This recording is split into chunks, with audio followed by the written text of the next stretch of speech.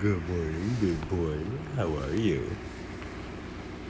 What's happening, my Jack family? Coach Scott here, jackedafter40.com. Welcome to another episode of the Jacked After 40 Life Vlog, where I'm going to be taking you behind the scenes with me, sharing every meal that I eat for the day, footage from my training, my overall active lifestyle. I'm going to be meeting Adam for the workout. He's going to be coming here. We're going to be having dinner, desserts together. It's going to be an incredible video. And yesterday, I had a great discussion with one of my fellow bros over 40. We're talking about what Jacked After 40, the Jacked After 40 life, means to me. And to me, I find Jacked After 40 it's a mindset and a way of life. So throughout this video, I'm going to kind of share some of my insights into what the Jacked After 40 lifestyle means to me. I would love to hear from you down in the comment section below. Share what you feel the Jacked After 40 life means to you. If you enjoyed this video, please hit that thumbs up button. I'd really appreciate it. You want to see more videos like this, be sure to subscribe to the channel and hit that alert button so you're notified each time I upload a video. What Jacked After 40 means to me is prioritizing the things that will enhance all areas of your life, allowing you to look your best, feel your best, and live your life to the fullest. Things like morning snuggles with my furry homie Chief here, while sipping on my 2 cups of coffee with a little bit of unsweetened vanilla almond milk. I'd say the most important thing to prioritize in your life is consistent quality sleep. Making sure that you get at least 7 hours of quality sleep each night. And that really begins with setting a consistent sleep-wake pattern, having a consistent bedtime routine that really allows you to wind down. Sleep just impacts everything. It's going to impact your mood, your energy, your performance in the gym, your weight. It's going to make a huge difference in how well you burn fat, build muscle. While you're sleeping, you're repairing, rebuilding, growing your muscles. You are recovering from your workouts, and your body's just repairing itself there and there. It is huge for us men over 40 for keeping our testosterone healthy. Just incredible. It should be the #1 priority in your life right now. This Jacked After 40 lifestyle, make sleep your top priority. Of course, I record this video on a night where I hardly got any sleep at all. It was a rough night last night. I don't know if you can tell. Dealing with a little bit of a head cold right now. Before my hockey game last night, Wednesday night, I played hockey, and I took a nasal decongestant, and I think it stimulated me. When I got home and crawled into bed, my brain just wouldn't shut off, and I kind of jammed my thumb a bit, and it was kind of throbbing at night, so that was waking me up a lot. These morning walks with Chief definitely enhance my life, ground me in the moment, get me in tune with what makes me tick, and yeah, the side benefit is burning a few calories and just active recovery, all those good things. Just got in for my morning walk with Chief and relieved myself once again. This is the time each and every day that I weigh myself. So I'm usually up around 6 a.m. I have my 2 cups of coffee, bring my daughter to school, bring Chief for a walk, and then right around 9 a.m. I typically weigh myself. The main thing is that you keep things consistent. Whether you wake up, relieve yourself, and immediately step on the scale, that's a great way as well. I usually find it gets waiting a few hours and keeping everything consistent there, it kind of gets everything out of my system. I have my full bowel movement. Not that you guys need to know all that stuff, but it just keeps things consistent. Today I'm going to do something a little bit different and use the body fat percentage feature on my Tanita scale. I haven't used that in, I'd say, at least 5 years. I have no idea what my body fat percentage is, and these scales have a little room for error here. Probably the reason I stopped using it is that I just don't really trust it all that much. I did use it yesterday just for shits and giggles, and it showed me at 11.1%. So be interesting to see how close it is to that today. Of course, so many factors influence that, total body water being one of them. So if I have more water in my system, oftentimes that's going to show your body fat percentage a little bit lower. So let's see where I'm at.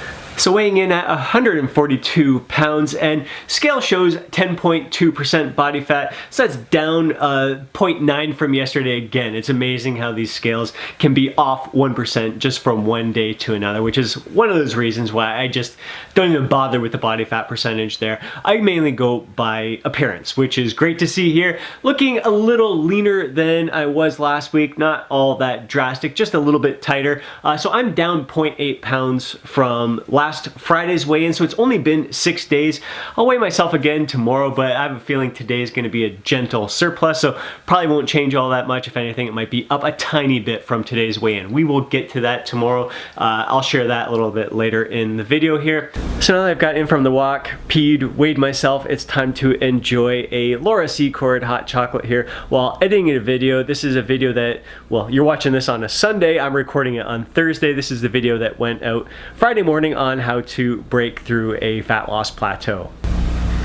Enjoying my breakfast shake, 1 cup of homemade kefir, 1 cup of unsweetened vanilla almond milk, 1 scoop of protein powder, an ass load of spinach, and a banana. Along with this breakfast shake, each and every day I've been having some vitamin D3. I just increased the dose to 4,000 IUs, or UIs, IUs I think it is, international units. I was taking 3,000, so I just upped it here. Winter months, not a lot of sun, so I'm just gonna see how that goes. I take that along with 2 capsules of fish oil, so that's I think 2 grams. I upped that as well. I was just taking 1 earlier as well, and then 300 milligrams of magnesium. And this brings me to another thing that the Jacked After 40 life means to me, which is providing your body with nutrient-rich fuel so you can feel your best and perform your best.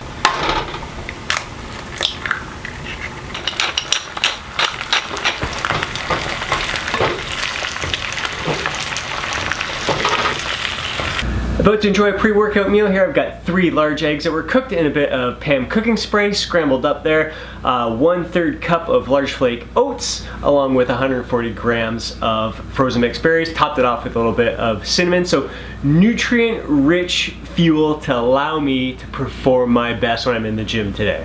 The Jacked After 40 life is about having a heightened sense of awareness while you're eating, savoring every bite, taking your time, and paying attention to when you start to feel satisfied, when you start to feel full, and then paying attention to like 10, 15, 20 minutes after you eat, do you feel more full at that time? Could you have stopped a little bit sooner? So paying attention to that, and then paying attention hours later, like how did that meal affect you? Did you eat too much and it made you feel sluggish, or was it a nice nutrient-rich meal that allowed you to perform your best during your workout, as I'm about to do right now?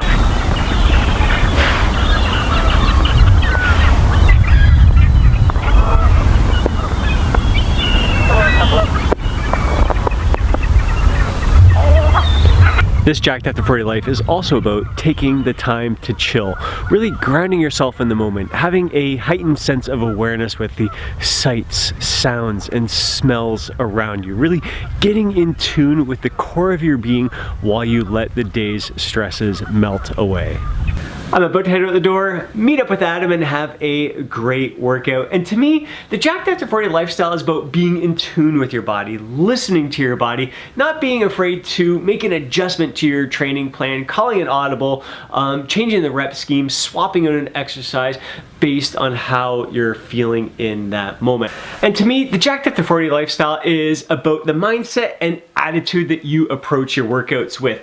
Walking into the gym with focus, intent, enhancing your mind-muscle connection, really feeling the movements as you're going through it, really being grounded in the moment and soaking up the experience, giving the absolute best of yourself depending on the situation at hand. And for me, it meant dialing things back. As I mentioned, I'm not feeling the greatest. I didn't have the best sleep. So my best effort wasn't trying to hit a personal best. My best effort today was to reduce the weight and really control the movements. Be picky and choosy when I wanted to push myself. And on the lateral raise, I extended the set a little bit with partial reps at the end, but I actually went lighter on this movement. So I dropped the weight by 5 pounds, did higher reps, and finished with those partial reps, which wasn't enough to kind of grind me down or anything like that.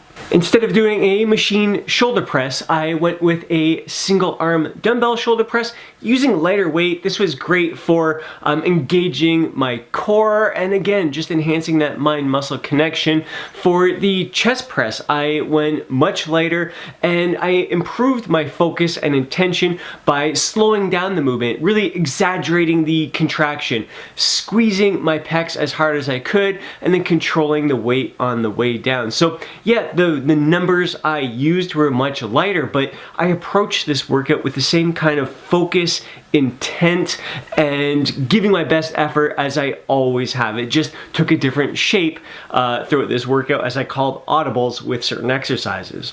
And for Adam, he actually kind of tweaked his back a little bit the other day doing sumo deadlifts. I think his glute, kind of the SI joint area there, little twinge in there. And today he's got legs and back, so he's going to be hitting some Romanian deadlifts and some hip thrusts. He just went lighter with every movement and really focused and controlled the movement as I had. So the hip thrust, much lighter than he has normally been using, just really focusing on the contraction at the top and being playful with the movement. And he mentioned that he had felt the glutes activate differently than he had when he was going heavier and a little bit more explosive with the movements. With the barbell Romanian deadlift, he was still able to use a pretty good weight there and really feel the hamstrings and glutes doing the work. With the back movements, his pull downs, everything was good to go with that. There was no issues there. He actually felt like at the end of the workout, he was looser than he was before the workout. So a lot of times movement can really help